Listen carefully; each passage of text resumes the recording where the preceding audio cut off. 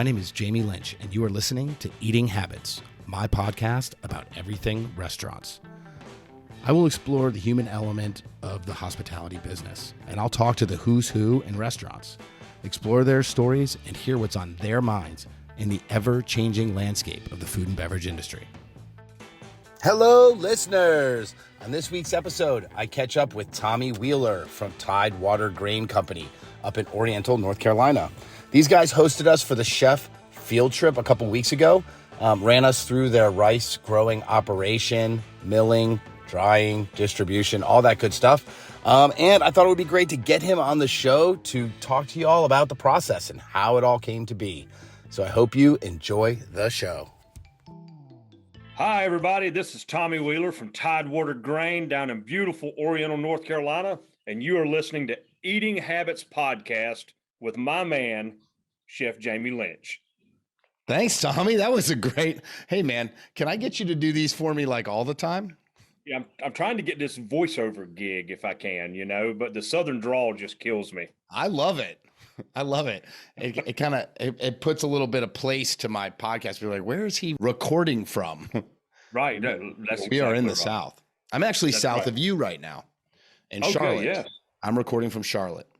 Yes. All right. Well, Charlotte, the Queen City, as they say. Charlotte's been very good to us with Tidewater. We owe a lot of our success, frankly, to the greater Charlotteans.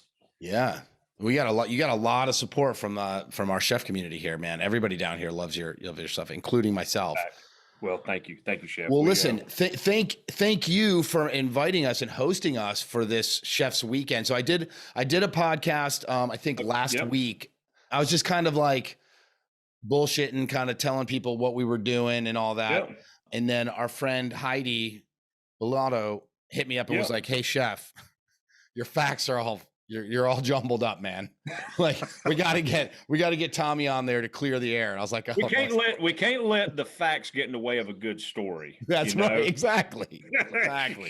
That's what I told her. I was like, Heidi, chill out. It's okay. It doesn't even matter. In the grand scheme of things, it doesn't matter. Yeah.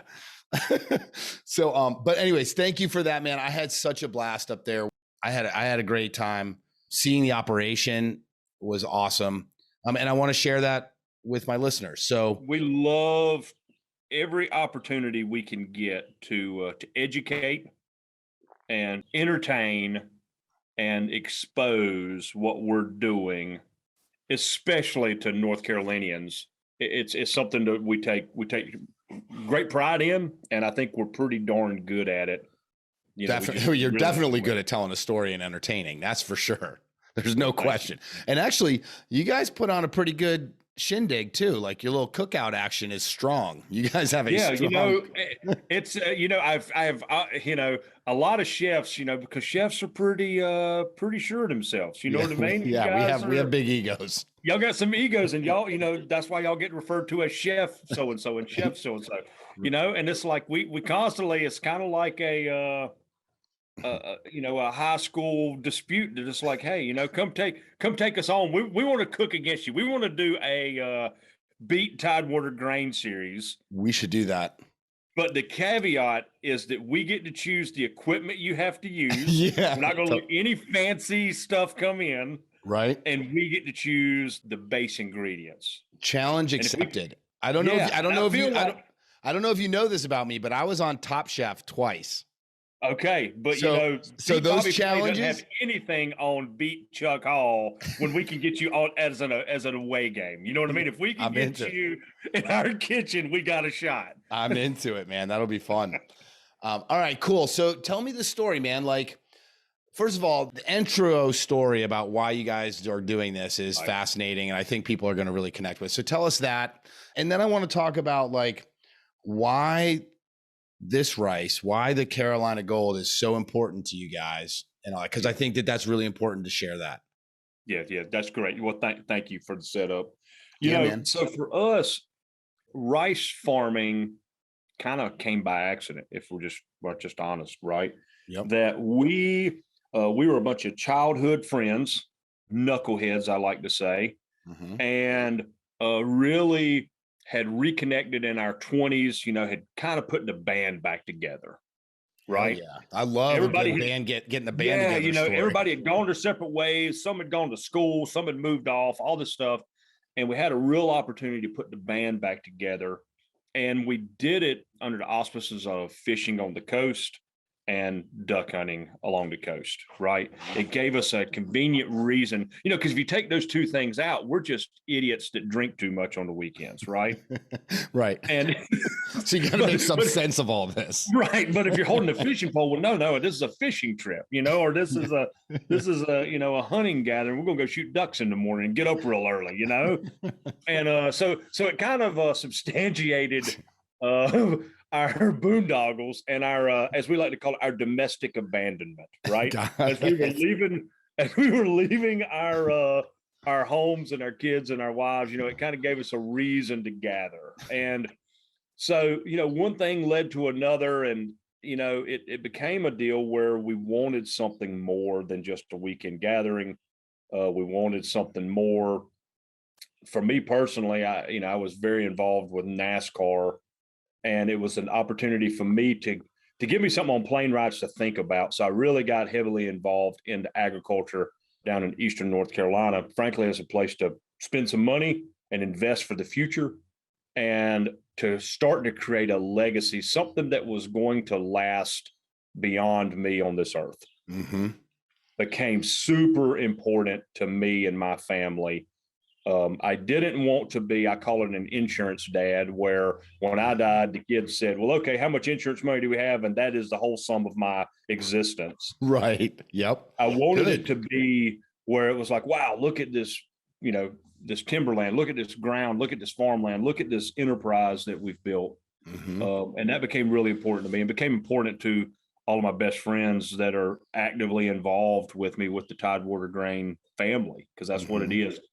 And but this was well before that. So we really were looking, we'd started us a hunt club, and we were having our kids involved, taking our kids and sons and daughters with us, and it was starting to grow, whether we wanted it to or not, because the kids were getting older.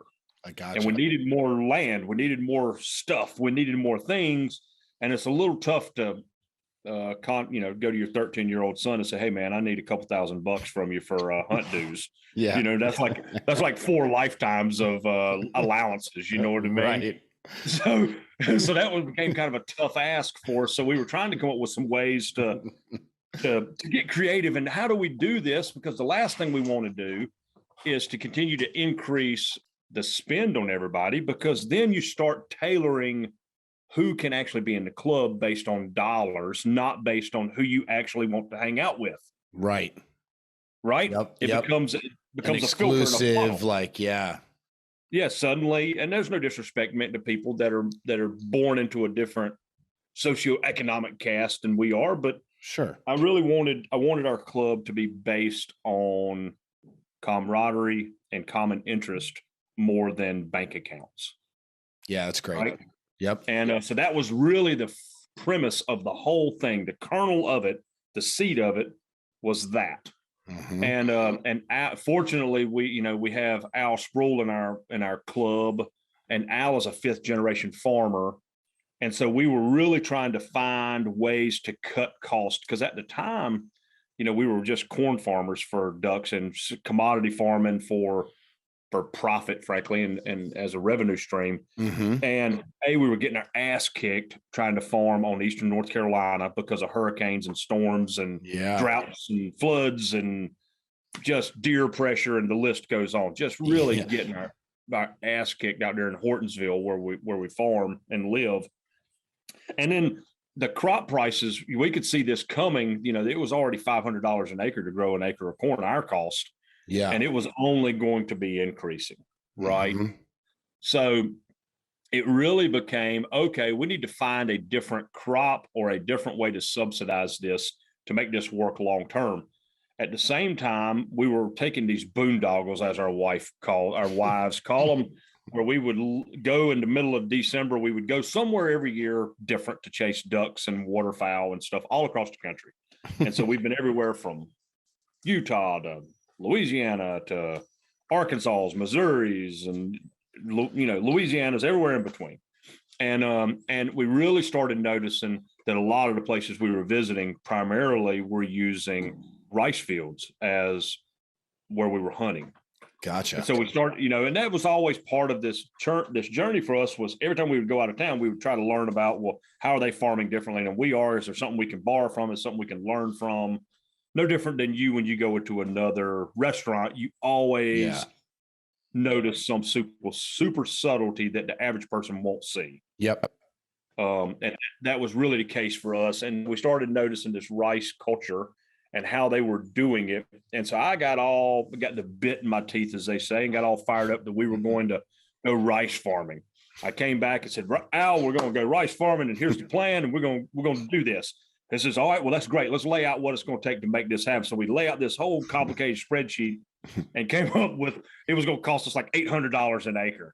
And he's like, hey, jackass, we're already spending $5. This is a terrible idea. How's this going to work? Right. And I was like, yeah, okay, so this is a bad idea. But at the same time of doing this whole background, I really started discovering our community, our area was growing rice historically. Yes.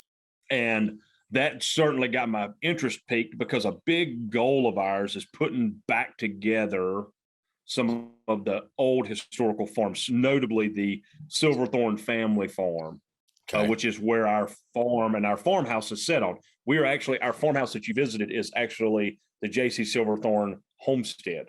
Was right there. We've obviously modified and added on, but that is the pillar of that entire farming area on the Hortonsville Peninsula, is that home that was built in December of 1954. So wow, us having that historical tie and wanting to put these old farms back together, and then discovering that our community was active in the rice farming culture, suddenly the story started making a lot more sense to us from that side. Like it started to appeal to us emotionally more than it did financially, right? Yeah. That it was kind of like the stars were starting to align, and this was going to make sense. We then figured out that a key component we were missing, which was, hey, yes, $800 an acre, and now it's more than that, but $800 an acre at the time to grow rice, but we're going to sell that rice. And then we're going to recoup that money. And then what's left over, this ratoon crop, this volunteer crop, is what the ducks and the deer and the wildlife get to eat. And it's like, oh, wow, okay, well, why didn't you say that at the beginning? Because, we were terrified that we were going to go even more broke. So literally when we first grew our first crop of Carolina Gold rice, the entire business goal, the entire business structure was to lose less than $500 an acre. Did you guys succeed? Did you succeed that first year? No, the first year I definitely lost more than $500 an acre. I got my ass kicked. But we could see, Al and I could see the connection with the community. We could see the connection with what we were trying to do in a 30,000 foot view. And we could see that with some modifications and us getting smarter, that we could actually break even. Was like the carrot that was in front of us, like, holy cow, we could maybe break even. And that would allow us to have more acreage and more opportunity for our kids and everybody that's coming along. The thought of making money was, it was a fantasy, right. It was an absolute fantasy. And I'm pleased to say that, we are actually making money now. And that's been amazing to see how we've been able to turn an idea into losing a lot of money to not losing a lot of money to actually making some money. And the prospect of us having something that's sustainable long-term is just amazing to even imagine. Yeah, that's awesome. How much of that equation, right, of getting to a point where you guys are making a little money is just stubbornness to not fail and to make it work so that you can hunt, to, the ingenuity, kind of figuring it out, learn the process of learning and getting help from others. And did you get help from others? And 3, the support from either the community, chefs, or whatever. Like how does that kind of balance out that equation?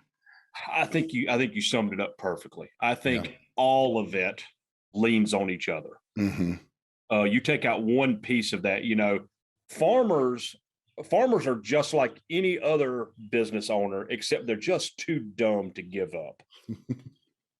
Right? I gave up. right? I actually, Just too dumb to give up is really farmer deal. My fiance and I had a 6-acre organic vegetable farm for about 2.5 years that was in operation. We were growing for the restaurants. Man, I learned more in that kind of 2 years than that is hard stuff. And I had a lot of respect for farmers before because just by nature, my, proximity to them and what I do and stuff. But man, doing it myself and going through that process, I was like, these guys are like fucking superheroes for putting food on the table. So you got, understand Al's background. Fortunately, he's, again, 5th generation farmer, graduated with an engineering degree from North Carolina State. I've got a degree in physics from Davidson. Everybody in our group has been trained and has some smarts that they bring to the table. And, we've got a professional engineer that's in our hunt club that owns 2 general contracting firms. So like on the surface, you're like, well, you got all the skills to make this happen. And yet we are still just winging it. Right. We are having to figure this out as we go. The knowledge to do things is such a small part of it. The actual success of it, right? And it's been really probably one of the bigger challenges for me, again, coming from a motorsports background, no different than you with being in the kitchen, is if it doesn't work tonight for one reason or another, well, let's change something for tomorrow. Let's tweak this formula a little bit. So your design fail loop is very quick. Mm-hmm. Yes. Right. I design, I fail, I learn. Yep. Design, fail, learn. Design, fail, learn. Redo, and then eventually you get this stuff figured out, or you just move on to something else because you've gone all the way to the end. Right. Yep. And with farming, it is a slow process. Yeah. It teaches you a lot of patience. Oh man. And because it is a 1-year turn. Yeah. Right. You only get one crop a year. And so you put so much emphasis into and so much overthinking, trying to do the very best that you know how to do, because you know that you're not going to get another shot next week. It's next year. Right. And that has really been hard on my soul because I'm used to a much tighter turn than that. Right. I'm used to failing more often. Yeah. Yeah. I'm really good at failing. All this waiting around is not my. I'm really good at it, but damn, the farming, man, when you fail big, as you fail big. And so that's been really difficult, and another thing that's been a super huge challenge is we are on our own. Mm-hmm. There is no playbook. There is nobody to call. Right. Fortunately, we do have a little bit of support within the Carolina Gold community.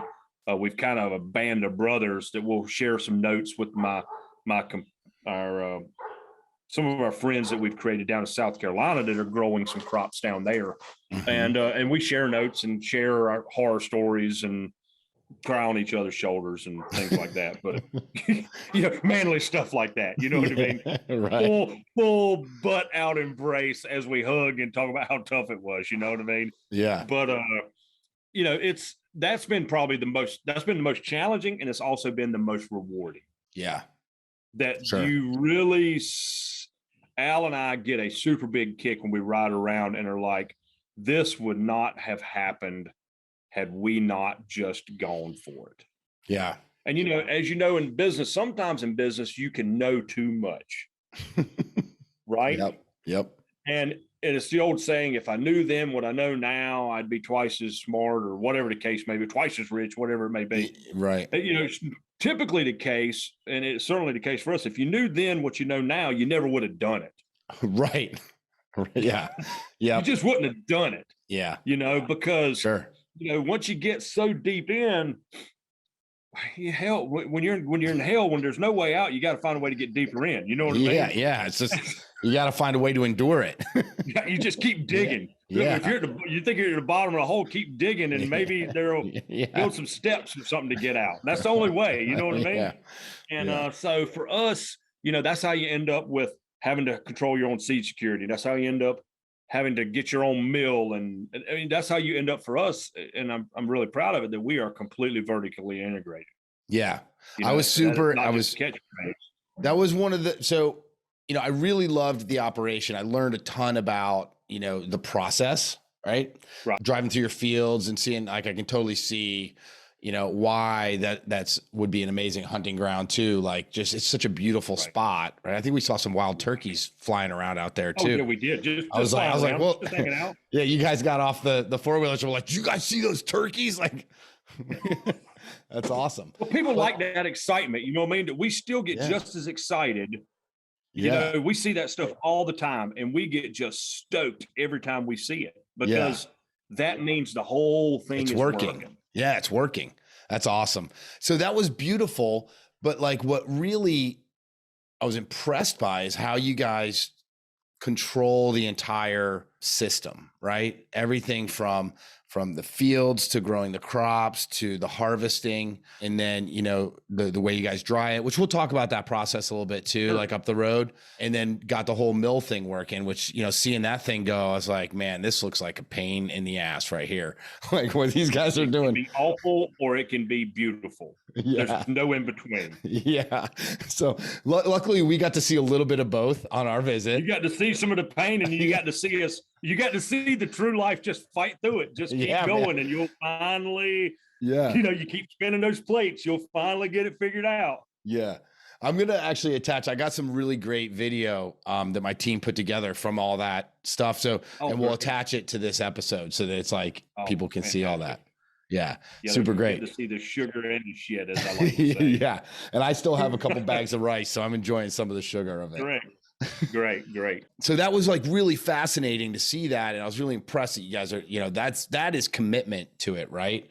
It's like full control of the product to ensure, like, why is that so important to you guys to control? Primarily, I think it's twofold. I think it's, you got 50-50, right? You got logistics and you've got quality, right? Yep. Notice none of that had dollars involved.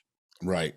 I would gladly outsource all of this. Right. And only do what we're good at, which is growing the crops, right? I would outsource everything if I felt that I could, and maintain the logistical control and maintain the quality control, neither of which you really can do. So you really have no choice but to get into the business if you're going to be here for the long haul. If you're doing it as a hobby, and you're trying to grow 5 acres, you're trying to do this, that's a different deal, right? Right. But if you're like, no, I'm trying to build us an empire, I'm trying to build us something that will go on for generations to come, and really it's beyond reintroduce it to North Carolina, it's re-ingrain it in North Carolina. I like that. That's a good, we need some shirt. You got shirts to say that? Yeah. I should, right? We just came up with it. I'll as said on, Eating Habits podcast. Yeah. That's right. We got to re-ingrain it. We got to re-ingrain it in North Carolina. That is what we're really setting out to do. And so this is going to be something that goes on way beyond us.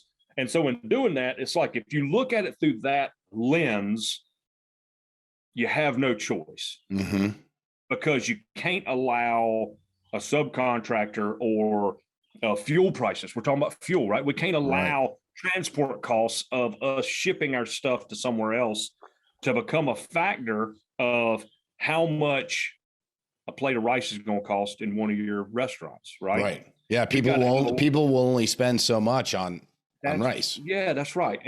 And so we're trying to keep as much non-value added cost out of it as we can. Right.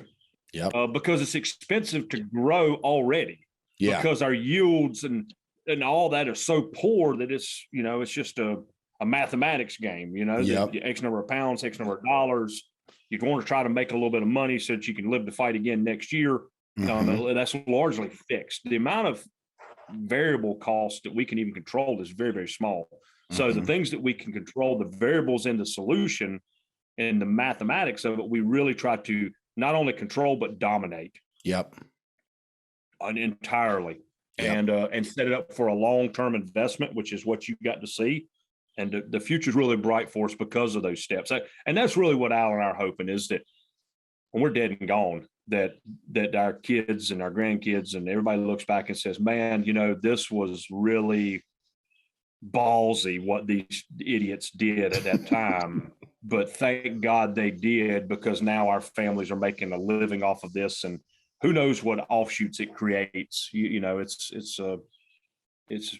has potential to be generational, changing, and formative for everybody involved. Yeah. I think one of those value added things that you can add, obviously, to your operation is, you know, re-ingraining rice into North Carolina, because I don't think there's a whole lot of rice growing. There's not much. There's some small, we call them rabbit patches. There's some small stuff. The Asiatic community has been trying to revive some upland rice patches and some super small home paddies, let's call it. But nobody's putting a combine into a field like we are. Right. I mean, just think of it that way. Nobody is doing it. Nobody's dropping a $750,000 piece of equipment into a field and saying, we're going to go cut some, cut this 1 acre of rice. That's not happening. Cut this grass down, which blew my mind. I was thinking about that the whole time while we were standing in the fields, and they were all flooded at the time, right? They were all growing and flooded. And I'm thinking to myself, I'm picturing Al drive this combine down in there, and I'm like, do you have a video of that? I got to see that. I got to see that in action. Oh, it is a massive circus. I mean, it's super intimidating to people, Jamie. It freaks them out. Like a lot of people, like we have to preface it. Like if you said, hey man, I want to come see this harvest, like we sit you down. We're like, okay, let's go over a few things. Yeah. Do you like the circus? Right. Like you need to be super confident in your own psyche, because we are going to be screaming at the top of our lungs because it's very loud. It's very hot. And the implications, if we're wrong, is you probably die, or at bare minimum, you lose an arm. Yeah. Right. Right. And then, or this giant machine, or like just runs you over. Yeah. Right. And so it really intimidates people, because Al and I, the benefit of having, these best friends in the world is you don't sugarcoat anything. It's like how a chef and a sous chef relationship is, right? Yeah. Oh yeah. There's no wind up about, well, you see, Jamie, we need to try this a different way. It's like straight to the It is. Look here, nothing. SOB, and it gets very PG-13 in a hurry. Yeah. But it's fun, right? It's just it's wild. Yeah. And if you mess around, we'll probably put you driving a grain truck or something. It's any person that's standing there, we look at them and say, yeah, they'll fit in the truck. Let's put them in there. Yeah. How's you got a license? Go for it. Yeah, basically. So why? So for us, we have to drain the field. So right now, let's talk about what's going on the farm. That's probably as good as anything. So we plant it dry. The whole process is we do our own seed growing. We then plant it dry. We didn't make sure we got some fertilization and nutrition and all that stuff that has to happen farming wise. We then flood it. You do that before. So you do that. We do that before, and we do it after it's planted. We kind of split we have some different agricultural tricks we've learned that rice doesn't take up nitrogen and nutrition very quickly. We've kind of learned we got to spread that out a little bit. Yep. So we kind of split some of that up, and then we flood it about Memorial Day, just when it's yay tall. You know what I mean? 18 inches tall. It's a little more scientific than that, but that's just the easiest way to describe it. When it's, shin height, we try to get some water on it. And then we start flooding. We have 3 sources of water on our farm. We have 2 big wells, one really big well, one good sized well. One's like big. What's a really big well for people? Like a 12-inch well, close to 1,000 gallons a minute, like municipality stuff. Yeah, like geysers of water. Like something you would see in Texas. I mean, if it was to go up, you know what I mean? Yeah. So it's massive. And then we have a good sized well, which is about 300 gallons a minute. And to put it in perspective, a really good home is about 40 gallons a minute. Yeah. So these are these are big. Real deal. I mean? Yeah. Yeah, real deal. And then we have the thing that we're probably the most proud of is we have a canal pump system where we pull from up to 1,000 acres really of a watershed where we recycle water. So any rainwater, any runoff that would happen to come out of our agricultural fields, all of that is captured in a basin system. And then we recycle that water and put it back on the fields. Does a number of things. One, it's a cheap way to get water, right? first and foremost. Secondly, we spent a lot of money. There's been lots of talk about input costs and nitrogen and fertilizers and pesticides and how expensive all that stuff is. The last thing we want to do is not get that return out of that. Right. So we want to put it back onto the fields and get all that value we can out of that investment. Mm-hmm. And then the third thing that it does for us is it prevents it from getting into our primary watersheds, because as you saw when you down at the farm, we are literally separated salt water and fresh water by a 2-inch board. Yeah. Scary. That's the difference. Right. It's scary close. And the salt water will kill off all the rice, right? Instantly. It'll kill it instantly. And then for us, if we were, the reverse is also true. If we were to turn our fertilizer-rich water loose, then now we're going to be killing off the stuff that's going on, the good things in salt water. Right. The fish or like fish and the crabs and the oysters and all that runoff. That's not a good situation either. So they need to both mutually exist without cohabitating, even though we're only separating it by about a 2-inch piece of lumber. And some sawdust, apparently. And some sawdust that's vital. Yeah. Without the sawdust, you can't do it. Yeah. Which is crazy. It is. It's at the end of the day, it always comes down to like the 5-cent part, right? Yeah, right. Totally. Yeah. Or just like the throwaway part that you find. Yeah. Like a bunch of mud and sawdust is keeping this thing because you don't together. have the wash your hands sign in the bathroom, right? It closes the place down or something. You know what I'm saying? Right. Yeah. Crazy. All right. So you recapture that water. So that recaptures the nutrients and stuff, all the inputs that you put in there, and you can recycle that right back on there. And we do that, and then we'll stay flooded until about early August, give or take. Then, we'll start to look at pulling water off. We'll drain the water. We capture water samples at that point. Think like a huge sediment pond. We have now pulled every good parts out of the water that we've got, and then we'll turn that water loose. And then within about, from the time we drain it to the time we'll be combining it, is about a week and a half. It's really quick. The stuff dries really quick because the rice is actually pulling water out of the soil for us. Oh, playing that curve of the rice now drying down. It's still trying to, like, fighting for dear life, like it's being starved, and it'll pull as much groundwater out as we can. And then we get in there and we harvest it, and then we dry it. We have to dry it very, very delicately. That's one of the real tricks of it, is how to dry this grain without fissuring or cracking the grain inside the hull.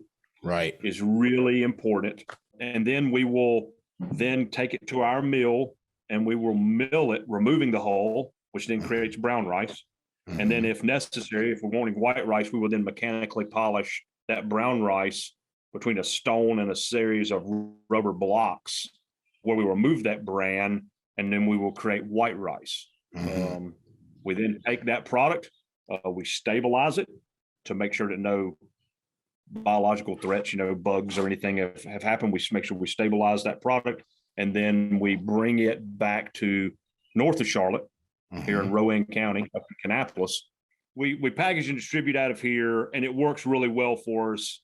Like I said, the proximity to the interstates. Yep. And also it's a good idea to not have our finished product and our unfinished product in the same spot. From a risk standpoint, we kind of got to be careful there, because once we remove the hull and once we do all the polishing and all that, the grain is, the next stop is your pot. That's the next stop. And so we take that very, very seriously from a food safety standpoint, to make sure that we keep everything separate and clean and like it needs to be. Yeah. And right now, you guys, to stabilize your product now, you guys are using that giant freezer, right? You have that big freeze it. Yep. We don't use gas or any phosphine gas or anything like that. Yep. We have found that freezing is really effective. So we have that freezer at 0 degrees Fahrenheit, and we are constantly running big bulk bags, 2,000-pound bags of rice in and out of this freezer to make sure that it's completely stable, that there's nothing from a bugs or anything that's kind of could affect us. Just nothing can stand to 0 degrees, including people. It about takes your breath when you go in there to move a bag around. I want to talk a little bit about the story, because I think that's one of the value added parts of this, right? One thing is that you guys control it. So you're ensuring the quality of the product. It's all in state. Everything's being controlled. Like, it's all local community agriculture, right? That's a huge sell these days. I mean, people are all about that. I'm all about it. That's You know, right. I like getting my products from the people that we know. The money's going to the communities that, you know, that are around us. I think that's super important. But what about the story of rice, the historical value of that to bringing it back? Like, what's up with that, and why is that important? It's really important. I mean, you know, our community, you know, rice, you know, the story of Carolina Gold rice. Sorry, my Irish setter wanted to join us here on our deal. We are pet friendly. That Hey, is bud. Walter. Walter, what's up, bud? Walter. He likes to be referred to as Big Red or Walter or Okay. Mr. January, because he was in a January photo shoot. Oh, Or he was for in the like setters. calendar. He's Oh, the most nice. famous wheeler that we have. So we call him Mr. January if he gets really arrogant. Is he one of the hunting dogs, or is he just like a family pet? Oh no. Oh no. He lives the life of luxury. See? Oh yeah. He's just living his best dog life. That's for it. sure. Yeah. We do have hunting dogs, but Walter, he's just a international man of leisure at this point. I'm just holding down the fort. It's his job. That's right. That's right. Somebody's got to be management. He's already claimed that job. God. So for us, you know, the story, you know, rice, first and foremost, we would not have rice, presumably, and factually, we would not have rice in the Americas had it not been for a mishap of a slave ship coming into the Charleston Harbor. Mm-hmm. Right. Number one, first and foremost, came from Madagascar. The story's been kind of chronicled very, very accurately and well over time by the likes of Dr. David Shields, and the folks from the Carolina Gold Foundation have done a great job at making sure that the facts kind of came out of this. You know, and then the Rice Kingdom, basically rice came into the Charleston Harbor and spread north and south like a plague. Came, you know, spread all the way to Tidewater, Virginia, came all the way south down to Augusta, Georgia. Anything east of I-95 was pretty much rice country because it was so low and so mucky, the soil, right? You know, in a lot of ways, rice is considered a crop of last resort, right? When you can't grow anything else, throw some rice on it, you know, because see if that'll go. Survive. Yeah. See if that'll go. If you can't drain it to get soybeans or corn to go, let's throw some rice out there and see what happens. And largely, that's ultimately, fast forward in some years, that's why rice has been so prolific in Arkansas, Missouri, Louisiana, places like that. Super low lying, yeah.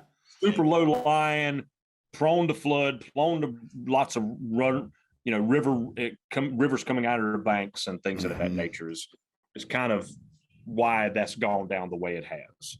You know, but so that crop, you know, really became the king in the low country, all the way in North and South Carolina. And keeping in mind, at that time, it was just the Carolinas. It wasn't a North or South. It was just the Carolinas. Right. It was all the same general area. And that was really the king up until around 1910, when, you know, you had the, you know, emancipation of slaves. That's fundamentally what ended it. And it, you know, the labor certainly was a massive blow to the industry, the loss of the labor, but really more importantly was the smarts. You know, the actual people that knew how to grow the rice were the slaves. They were the ones that knew the details, all the little things that Al and I are trying to recreate and learn. They had generations of knowledge about that. Right. You know, there would be nothing that we would like more than to be able to bring them forward into some time warp portal and say, hey, walk us through show us your ancestors would do. Yeah, show us the way. Show us what we're doing wrong. Show us what we could do to improve this. Obviously, that's not an option. And a lot of that, unfortunately, was lost. And we're trying to recreate it as best we can, frankly, through some historical texts, really reading, you know, old books of, you know, that people have gone and interviewed what their grandparents had said, their great grandparents, and we're trying to learn as much as we can through that way. And so with that in our community, you know, that's really the authentic nature of what we're trying to do, is trying to be genuine in our effort to bring back a concerted effort to re-ingrain Carolina gold rice and rice farming in general in North Carolina, and to do it as close as we can to how it originally was. Because I think it's just like a chef at home, a home cook versus a chef that's at one of your restaurants, right? The starting point matters. Yep. From the first time you put water in the pot, that starting point matters. Whereas the home chef probably says, okay, I need to have 3 cups of water. Well, maybe it's 3.1 they put in. That doesn't matter, right? Oh, I need to put a tablespoon of salt in. Well, I'm a little under that. That'll be okay. That's close enough, right? And so you have all of these baby compromises that occur all the way along with the premise of that probably doesn't matter, right? The pros and what we're trying to do is we're trying to say, no, all of those things matter. Right. They have a cumulative effect. They have a cumulative effect on the product that ultimately comes out of the mill into that bag of rice.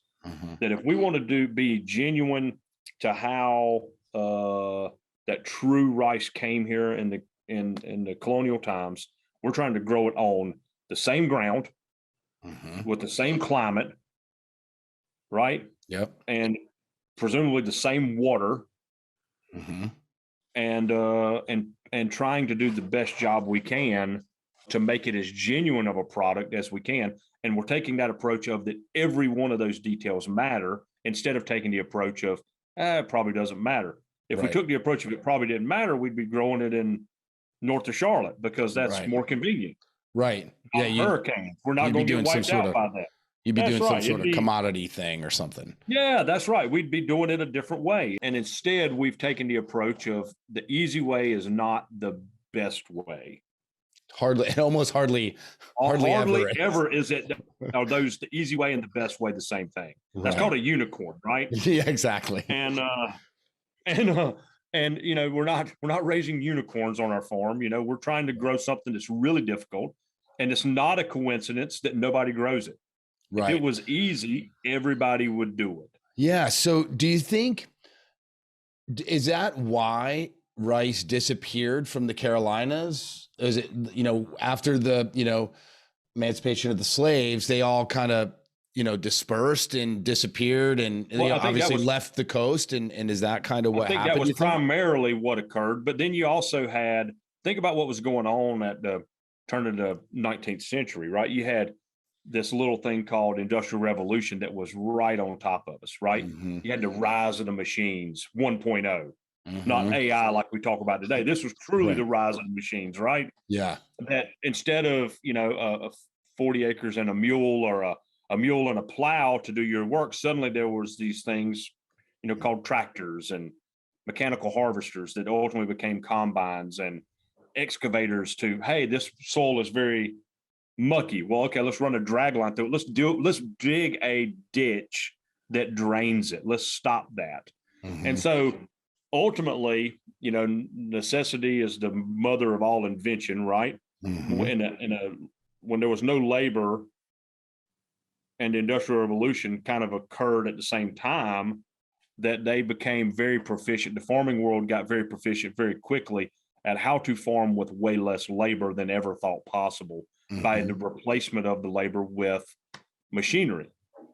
And so there was lots of, at the time, there was the idea of mechanically harvesting rice was just fantasy land. That was not going to happen, right? Yeah. But that kind of engineering hasn't happened yet. Right? And so it became, well, let's grow corn, let's grow beans, let's grow these other things that the technology has caught up with that we can harvest mechanically. And so it really kind of, all of that cumulatively kind of spelled the end for it. Gotcha. And, today, the reason a lot of people ask me, why don't they grow Carolina gold in Arkansas? Why don't they grow it in Missouri? And I'm like, well, they probably could. I don't think that it would work for them because the soil type is completely different. Right? It wasn't from there, right? That's not how it, but kind of natural selection has said that's not going to be what works well for them. Right. Probably not going to work well for them. And frankly, they're going to not have the harvest yields that they're comfortable with, because commodity rice has gone down this path of profitability and yield performance, right, that it's completely been a diverging road from the culinary values and trying to maintain the authenticity of this heirloom grain.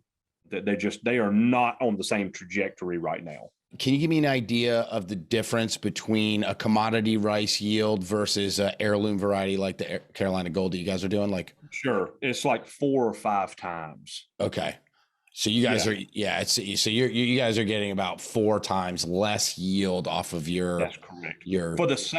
For basically the same cost. Right. Yeah. That's the thing that shakes everybody up. This it doesn't cost us much less. Frankly, it doesn't cost us less at all to grow an acre in Pamlico County as it does in Stuttgart, Arkansas. Okay. At the end of the day, you still got diesel fuel and you still got fertilizer and seed and people to do it and all the above. Yeah, it's the same formula. It's just the outcome is the outcome is way less. And so and with it becomes a big problem for the commodity world is, and this is probably a whole nother podcast, is, that the whole world has gone down the Walmart path. Yes. Okay. Bigger equals better. Right. Which is not true. Right. Correct. Bigger just means bigger and less control. Yeah. So in the main rice states, the majority of those rice farms are selling their rice to massive rice and the producers group and these big buyers. They're selling them to Walmart, right? And they are then converting that into all things that are the rice consumers in the country. So the idea of going to Walmart and saying, hey, we have something that's very unique, has to be cared for totally different than the tractor trailers that are lined up down the road that are dumping off rice today. You can't handle it that way. It's got to be done this other way. They'll just laugh you out of the building. Yeah. They're like, nope, not doing that. Not doing that. That makes no sense. It doesn't matter if it's better. Doesn't matter if you can command a higher price for it because of the inputs and the output quality and all that. They will not work. And they're just not interested in doing it. Yeah.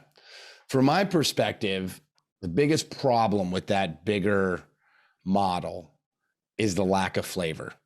It's just 100%. It just does not taste like anything unless you put something in it. You have to cook it with. The example I use, there's 2 examples. I went to I'm going to leave the group out because I don't want to embarrass anybody, but I went to a group and they asked me at the end of a presentation, they said, is getting your rice enriched a possibility? And I said, absolutely not. Yeah. We're not doing that. I said, the fact that you have to buy rice that has been re-enriched should tell you all you need to know about the rice you're buying. Right. Yeah. If you have to add something to it to get it back to tasting like rice should, that's a problem. Right. That's not good. You know what I mean? I do. And if I tell people this, kids, this is my example I use with kids a lot of times. If I took your driver's license and I made a photocopy of it, and then I made a photocopy to photocopy and a photocopy to photocopy, and I do that about 30 times. By the time it's all done, I can probably see your face and I can make out some of the words, but a 6 is going to start to look like an 8, and all these edges are going to get fuzzy, right? Yep. Well, that is rice farming in the Americas. Yeah. That it has been copied and copied and copied and copied so many times and modified for convenience, for profitability, for yield, that you lost track of what it is even supposed to taste like. You don't know what you don't know, right? All you know is what you have been presented. And a lot of people, when they try rice, that's the first thing they say is, wow, what did you add to this? You must, I taste the butter. How much butter did you add? Because I tasted. How much salt or pepper did you add? And you go, no, that's just water and rice. And this is what it is. Yep. This is what it should taste like. I think that's the magic of it, man. Is like, I remember the first time I had Carolina Gold was from Anson Mills. It was Lynn's have been amazing. Yeah. Amazing to us. Yeah. Absolutely. Yeah. I'm going to put some contact stuff in the show notes for this too, so people can, like, if they're interested, they can start digging in and reading up on a bunch of this stuff. But the Anson Mills was the first time I tried Carolina Gold, right? Mm-hmm. And I think I was working in New York City at one of these like 4-star restaurants. That's where I cut my teeth, like one of these best restaurants. They got a bag in and we tried it. And I was like, my mind was blown. I was like, whoa. I was like, this is a game changer. Product. It's not even the same product. Yeah. And it opened up all these doors where it's like, oh man, like, what can we do now? Right? Like, we're starting with something that has all this. It has all this starch. It has all this flavor. It has all this stuff that other rice doesn't have. And it opens up this whole world of things that we can do with it because it's a completely different product. I mean, it blew my mind. It's like we talked about earlier in the podcast, right? The starting point matters. Oh, yeah. Big time. 100%. Right? You can't make Carolina Gold flavor at the end with seasonings and other stuff you're going to add. Right. Yeah, no, you can't. It's all about where you start. Yep. Do you have any information about the comparison from a nutritional value between a commodity rice and the rice you guys are doing? I get asked that from time to time. I need to, I don't have it right in front of me. Okay. But what I can tell you, is that our starch content we control our starch content or monitor our starch content very closely. Mm-hmm. Right. And that has a lot to do with some decisions we make in the mill. Mm-hmm. We went through that a little bit when you were there about controlling the color and the opacity of the rice is very important. Again, that's an assumption we make, is that is critical. Yeah. So that you can get that risotto to be just so that you can get, whatever dish you might just peel off or whatever you may be trying to do, that you can get it to be just so by controlling those parameters. Right. We're starting to look at arsenic content very closely. That's becoming a big topic or something that people are starting to ask about. Tell me about that. Is that naturally occurring? Arsenic is naturally occurring. And, like everything in moderation is okay. Too much arsenic is certainly bad. Right. It's poison, essentially. It's poison. That's bad, but it's natural and it's in everything that grows. Right. Yeah. If anybody tells you it's not, then they're not doing it right. You know what I mean? Yeah. So, it's natural. It's naturally occurring. It's something that we're paying attention to. There's not a arsenic certification or anything per se yet. There's something I think you're going to see in the future. The FDA has kind of come in and set out to say 100 parts per billion is probably anything below that is certainly safe threshold for infants. Because that's the big consumer of rice worldwide. Oh, really? It's okay. Yeah. Infant baby food and all that. And that's something that we have to be really careful about is our, the future of our species. Yep. So, and so when we've done all of our testing year over year, we have fell underneath that 100 parts per billion. Mm-hmm. We're well underneath it, in fact. And everybody said, oh, wow, that's great. You should tout that more. And I'm like, that is a straight Bill Nye the Science Guy type scientific argument. You know what I mean? Yeah. And also, you don't want to label arsenic on your I don't want to associate anything that's like perceived as negative on. Right. I don't know enough about it to be able to, from a nutrition expert, to be able to speak about it, other than I can say that we're watching it, trying to set the stage for if it ever does become something we need to talk more intelligently about. I need to have some years of data. Yep. That's another great thing I want to probably highlight is, we have samples of our grain every year we've grown it. Mm-hmm. And we keep that for historical purposes, because back to you don't know what you don't know. We have the ability, if we have to look in the rearview mirror all the way to our origins and say, hey, let's go do some testing. Now we're looking at this differently. What didn't we even think, weren't smart enough to ask then? Let's go ask that question now. Yep. What can we learn from this? Right. So is that something that you guys decided to do, or was that recommended to you? No, it's something we decided to do. Just said, hey, scientific standpoint, it was important for us, back to that genuine elements of it. Mm-hmm. That if you called me and said, hey, Tommy, my risotto isn't working out this year like it did last year. Hey, man, come on down. Let's look at some data. Let's look at the last year's crop. Let's look at the last 5 years. How did that look? This is what the data progression has been. And it at least makes it a starting point for an intelligent discussion instead of this turf mindset of, I'm doing everything right. It must be something you're doing. Right.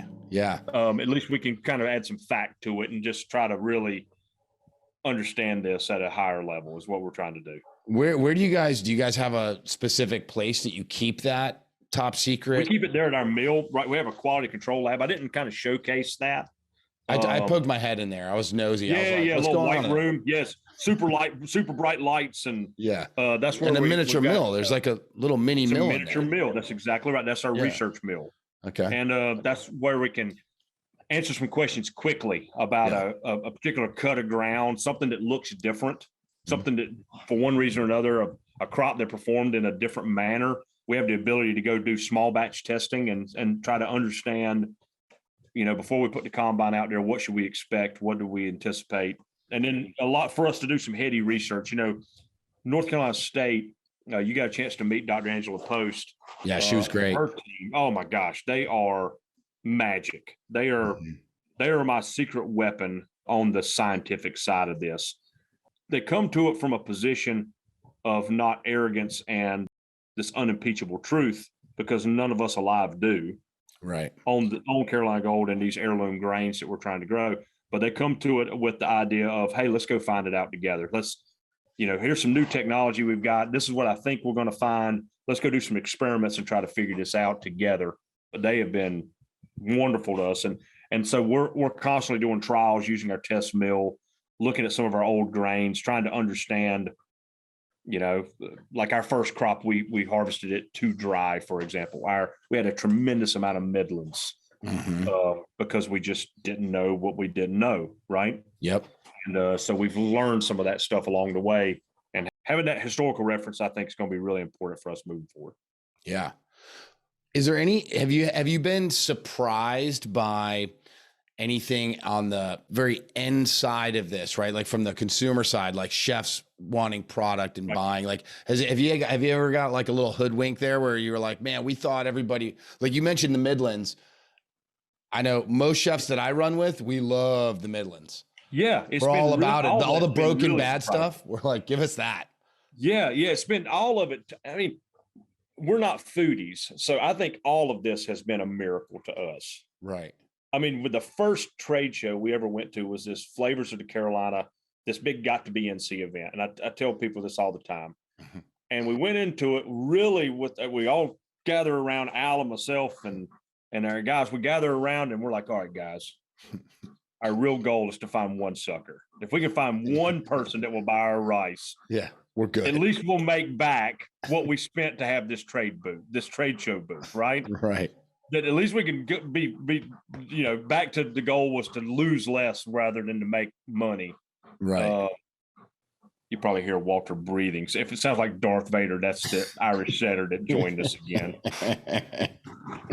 It was, I don't know. It's really been surprising how well people have trusted us. You know what I mean? Yeah. And that's something I'm proud of, because that tells me that we're probably doing it right.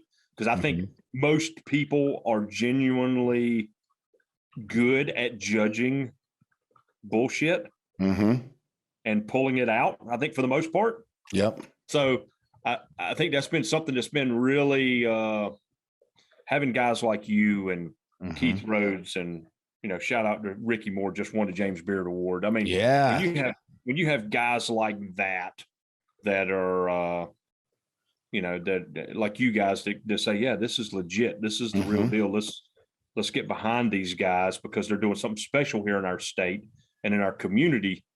That's really humbling, and that's not lost on us. Yeah. That's probably been the biggest surprise is that.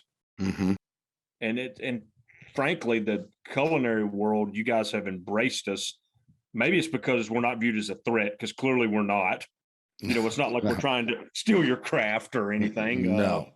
But that's been really cool. It's been really cool how well we've been accepted into that community. Yeah. I think with chefs particularly, and restaurant people, as far as the way I look at it, and I think a lot of the people that I hang with look at it, is like, you guys are bringing an ingredient to the table, a raw product of quality, right, that elevates our game. You guys help us look good. Right. You know what I mean? Like if we can get a good product out there that's unique, that is special, that is, you know, has this kind of care and stuff taken for it, it makes our job easier. First off, we'd have to do less to it to make it special, but it makes us look good to have these kind of really cool products in our toolbox. So, well, you know, and everybody's got a story of where their steak comes from, or where the hamburger or the free range chicken from that's only harvested on Tuesdays on a mountaintop or whatever. You know what I mean? Yeah. And I do. You know what I mean? And so, damn, let's get some grains and let's talk about that, right? Let's make the grains matter more as well. Put it from being an afterthought or something on the side of the plate. Let's pull that more towards the center of the plate. Yep. And give it some respect as to where it's come from and why it's important. Not only from a culinary and nutritional standpoint, but from a region and a historical basis for our state. Mm-hmm. I think that's really important. So are you guys going to do any other grain? Do you guys do other grains out there? We do. Yeah. We do. So we get Carolina Gold is obviously our big gorilla. Mm-hmm. And then we're really proud to be the only farm that commercially grew Santee long grain last year. Yep. The long grain cousin of the Carolina Gold. So we've really enjoyed being the first guys to do that. Mm-hmm. Kind of being first to the market. Of course, the first man through the wall always gets bloody. Yeah. Right. But that was really cool to be part of that, working with the U.S. Department of Agriculture and them helping us figure out how to do that. We do a lot of seashore black rye, which is a very dark, and that is a true land race rye. Okay. So it's from here. Nobody brought it here. It's natural. Yep. And so we found a way to cultivate that, and just we're starting to see that show up in a lot of distilleries and malting type operations for the beer and distilling world. Starting to see some bakers start to try it out to replace like your Nordic ryes and your darker rye breads with a true landrace rye that's from North Carolina. That's awesome. Is really cool. We had our best. We just had our Seashore Black Rye harvest. Had our best harvest ever. Nice. So I'm really excited about that. And are those all available in the market, or are they kind of spoken for? We don't right now. They're it's very much available, especially the rye. It's really just a call to us and talking about what you want to use it for. We're kind of protective of it right now. It's not like something you go to e-commerce and buy you a 5-pound bag of the rye. We're wanting to understand a lot more that connectivity that you and I have talked about a lot. That connectivity, we want to understand where it's going, why it's going there, what you're going to use it for, so that we can support you, because this is a 1,000-mile journey, and we're on like the first 100 feet. It feels, yeah. We're trying to understand that a bit more, but yeah, it's been really cool, and really we're trying to challenge ourselves to grow anything that's heirloom, antiquity, or difficult to grow. We want to be that. We want to be those guys in North Carolina, Right. Because at the end of the day, you got to make $1 million on it. You got to be able to shoot some ducks. That's exactly right. It's and that's the first thing we're going to research is, would ducks eat what's left over? And if the answer is no, boy, I don't know. Yeah, that's not going to work. That's not going to work for us. Tough sale. So that's the thing, right? Is like you guys harvest the top of the rice, right? That's right. The beautiful part. And then you leave the stalks or whatever in the field. And that's what the wildlife comes in. Yeah, it's called a ratoon crop. RATOON is how you spell it. And it's called a volunteer crop, basically. It's the bottom of the plant. You got the top of the plant that everybody thinks about when they see rice. You got these other shoots or tillers, as we call them, tillers that are underneath that actually produces rice. And it's about 30% of what you would get for your what's called head row production, your top row. Okay, so there's actually rice kernel up in there. Tremendous amount of rice. That's right. And so the ducks will go in and we'll roll that down, and we'll try to make it super easy for them to get to it, and they'll swim around and do duck things. And occasionally you flood it again? Oh yeah, we flooded again. So that's the deal. You guys roll that stuff down, flood it up, and then it's all floating in there, and the ducks are like in heaven. It's like Yeah. it's just like Walter. They're just trying to live their best duck Yeah. life Yeah. until we meet them one random morning, Yeah. and then they're really disappointed with their choices Yeah. and how it's led them there. One bad day, right? One bad day. That's right. Wow. It must be good because every now and then you'll see them. Some will still come back in. They'll fly around after getting their tail feathers shot off, and they'll be like, "No, I'm coming back. I don't care. That rice is so good, man. I'm going. It's so good. It's worth it. I'm going to try one more time." That's awesome. That's so great. Let's see, what else do I have for you? I mean, we're creeping up on an hour. I don't want to keep you. I think we're just over an hour. Yeah, I mean, have you guys had any supply? How's the supply for you, like harvest been versus demand? Are you guys sell out all your crop? We sell out every year. We sell out every year. How long does that take? How long does it take for you guys to sell out? For us, you know, we're coming into the final days of selling our 2021 crop right now. Gotcha. We'll largely be sold out. We're right down to it. We'll be sold out here in August for sure. And then good news is we harvest mid-August, and by the time we've got it back in the shelves is about middle of September. Awesome. So you're right on. You're right on point right now with kind of like the demand and everything. Are you guys all on? I'm sure you're on top of the demand and supply and like grow. Like, do we need to? We are not. We are a dumpster fire. We are a veritable train wreck.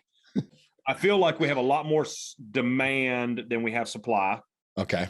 And trying to grow more acreage, more tons, more pounds of rice is what Al and I have tasked ourselves. That's on our to-do list. Okay. And our sales group, they love that.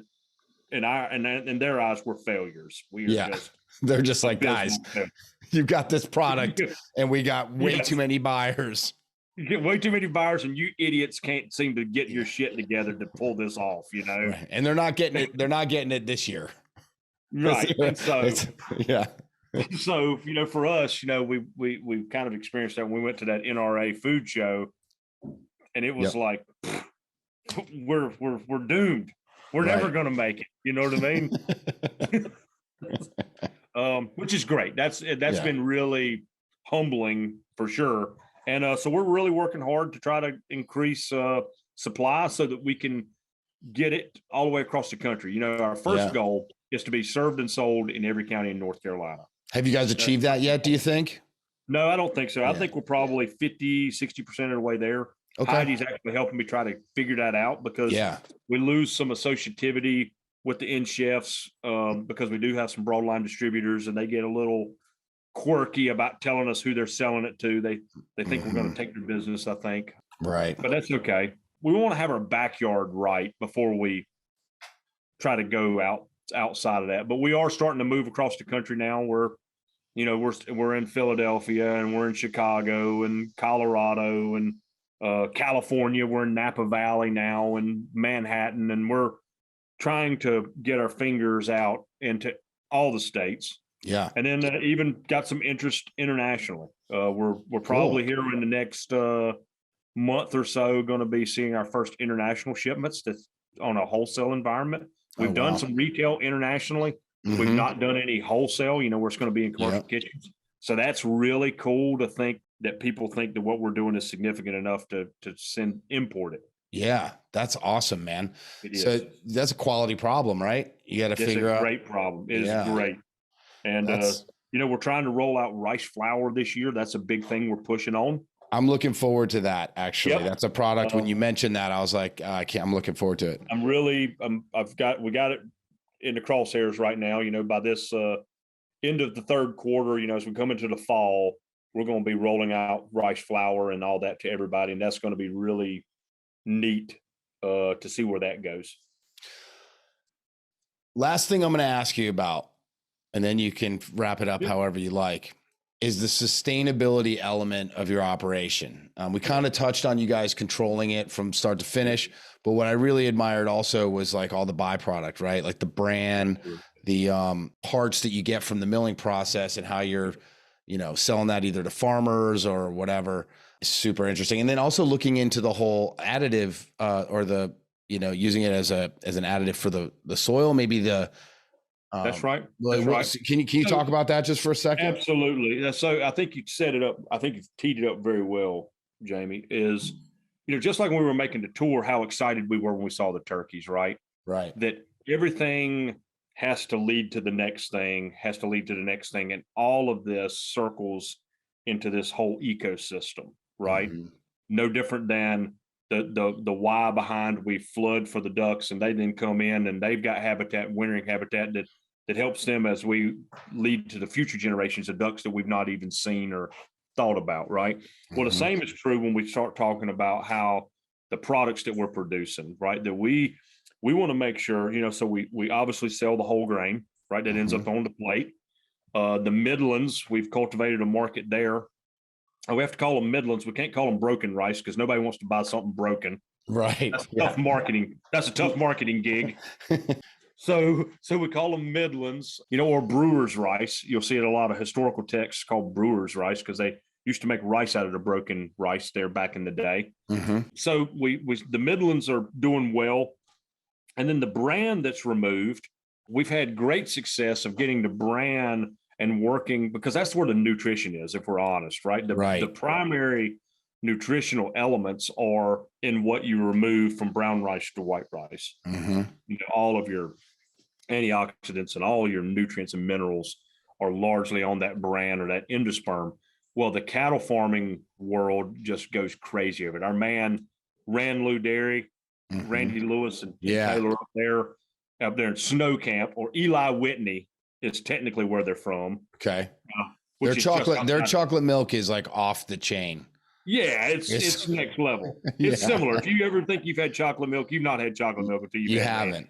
Nope. And so Randy, he's, we're proud to say that some of our rice is in all that delicious chocolate milk, right? That they'll take a lot of that bran and they'll use that as supplemental feed, because it's an all natural feed that they'll use with the cattle. And then even the deer hunters are starting to use it because they're finding, the deer just go, and the wildlife goes crazy for it. Yeah. That once they find it, it's really on. The hull that we remove in the process, we're looking at a couple of things there. We got groups that are trying to pelletize it, where they're basically turning the balls and using that because it's so high in natural fiber, trying to blend that with some feeds for chickens and cattle and things of that nature. We are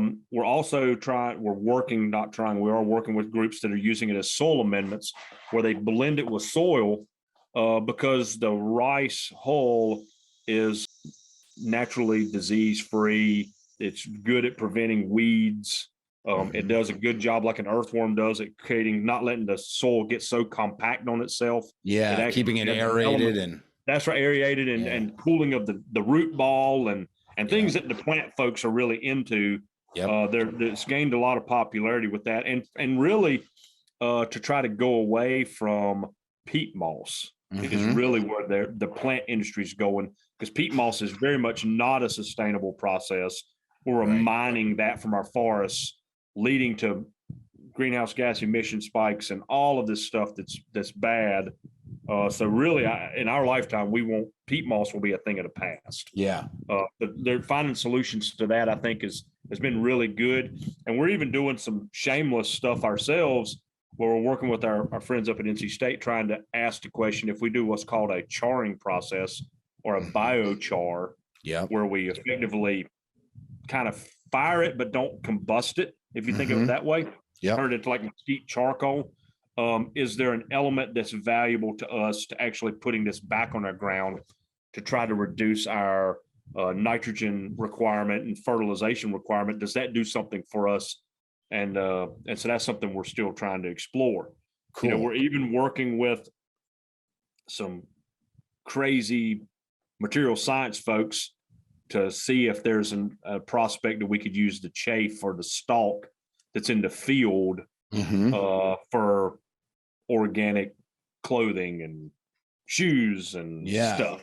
Right, fibers and stuff like that. Fibers, that's right, themselves is there because the rice is so damn strong That stalk is really significant when it's done its thing in terms of growth mode and all that. It's really some impressive stuff. So there may be some opportunity there that we can see coming in the future, and who knows? Cool. Who knows? Awesome, man. I really admire that you guys are like going like all in, whole hog on this thing and really trying to make it a completely sustainable thing, and kind of bringing back something that with such historic significance that you just don't see. Nobody wants to commit to doing it. Like. Oh yeah, I mean it's tough, right? It's not an easy way. The easy way is rarely the best way, right? Like we talked about earlier, and it's so damn difficult to do that it scares off most sane people. Right. And Al has said this a number of times, that if you're going to do this, if you're going to do the farming, if you're not only if you're going to be a farmer, but if you're going to be a farmer in a really niche industry where you've got to create it all, from marketing plan to seed allocation to what you're going to do with your byproducts, if you're going to do it all, you've really got to do it for something other than the love of money. Right? It's got to be about chasing the dream and it's got to be about chasing something larger than a commodity, which would be cash. Right? It's got to be about chasing this dream and this legacy that we're trying to put together for the future generations, so that hopefully it's easier on them when they come along and try to either keep it going or have the courage and the motivation to try to do something similar. That hopefully we can be an example of. If those idiots can do it, I know I'm smarter than them, then we probably can do this too. I love it, man. I love what you guys are doing. Is there anything else that you need to add for our listeners? No, I think the biggest thing is just really appreciate the support and the trust for us to bring this to your table. Yeah, man. That's not something lost on us, and we know that that's a big part of it, and we're thankful to be native North Carolinians and thankful to be part of this. I'm going to use some of your rice for a dish that I've worked out. It's become kind of one of my staple dessert go-tos. Yeah. I've got a tasting menu coming up next Monday, a week from today. Awesome. And I'm doing this, I call it my Carolina Gold rice mousse. And I basically, I turn it into so I take the rice and I puree it down somehow. A little bit. Yeah. I leave some of it whole and I puree some of it down, and I whip it into this like moussey, airy deliciousness, and like the, just the starchiness of the rice. Think of it as like an aerated rice pudding. Oh, wow. Yeah, right. It's awesome, dude. So yeah, I have to hit you up for some of that. Hit me up. Well, what I'll do is I'm actually going to attach the recipe to the show notes to this episode, so that people that listen or anybody can go grab it and play with it at home. Perfect. Awesome. Tommy, man, thanks for your time, dude. You're always awesome to talk to. I hope that I can come up there and visit. Look forward to seeing you come down and visit us again. Definitely. All right. Take care, man. Thank you. Bye-bye.